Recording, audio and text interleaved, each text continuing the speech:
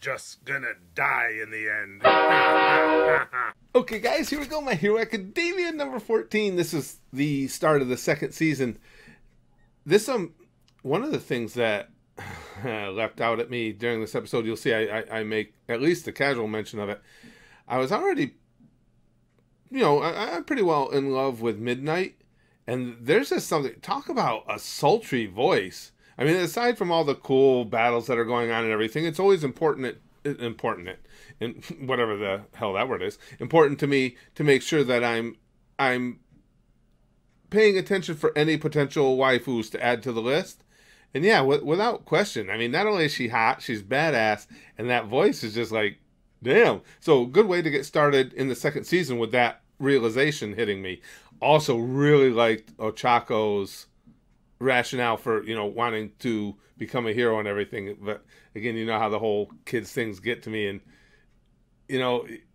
it's so cool when a parent is doing things on behalf of their child. Now the child wants so desperately to do something on behalf of the parent. I just think that's really, really cool.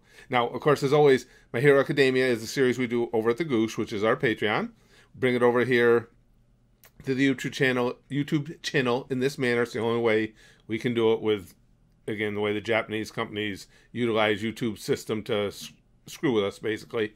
So there, for those of you who just want to watch this review, that's great. If you want to see the entire reaction to this episode, the link is right in the description. Just go click on the link and you can go watch it.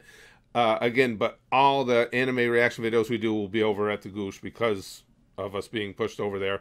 Hunter x Hunter right now we're into over there as one of the 3 every day we do. And I can't remember ever wanting anything as bad within the framework of something I'm watching as I want the king to knock Poof's head off at some point. If you weren't aware, we're in the Chimera arc, and I hate Poof. I really do. And as far as I have to root, at least at this point, I have to root against the king, but I really like the king. That's why I mean, when you make the T-shirt, you got to be somebody I like. I'm just saying, if you made it, you made it on the fat man's belly.